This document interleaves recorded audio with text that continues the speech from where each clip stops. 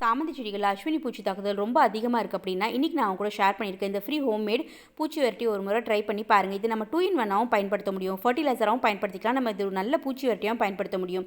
இது நம்ம ஃபர்டிலைசராக பயன்படுத்தும் போது வேரோட வளர்ச்சி நல்லா வேகமாக இருக்கும். அதே மாதிரி நாட்டு சாமந்தி செடிகளில் பக்கக்கிளைகள் நிறைய வரும். அந்த பக்கக்கிளைகள் வேகமாக வளர்கிறதுக்கு உதவியாக இருக்கும். சாமந்தி செடியை பொறுத்த வரைக்கும் பூச்சி தாக்குதல் வந்துட்டாலே கண்ட்ரோல் பண்ணுறது கொஞ்சம் கஷ்டம். 1, 2 இருக்கும்போதே நீங்கள் ஃபோர்ஸாக தண்ணியை ஸ்ப்ரே பண்ணி விட்டுருங்க. செடி நல்லா க்ளீன் ஆயிரும். அதே மாதிரி பூச்சி தாக்குதல் இல்லாதப்ப கண்டிப்பாக நீங்கள் வாரத்துக்கு ஒரு முறை ஏதாவது ஒரு ஆர்கானிக் பூச்சி விரட்டி ஸ்ப்ரே பண்ணி விடுங்க. இந்த ஆர்கானிக் பூச்சி விரட்டி ரெடி பண்ணுறதுக்கு ஒரு கற்றாழை மடல் எடுத்துக்கோங்க. அது கூடவே ஒரு கைப்பிடி அளவுக்கு வேப்பிலை எடுத்துக்கோங்க.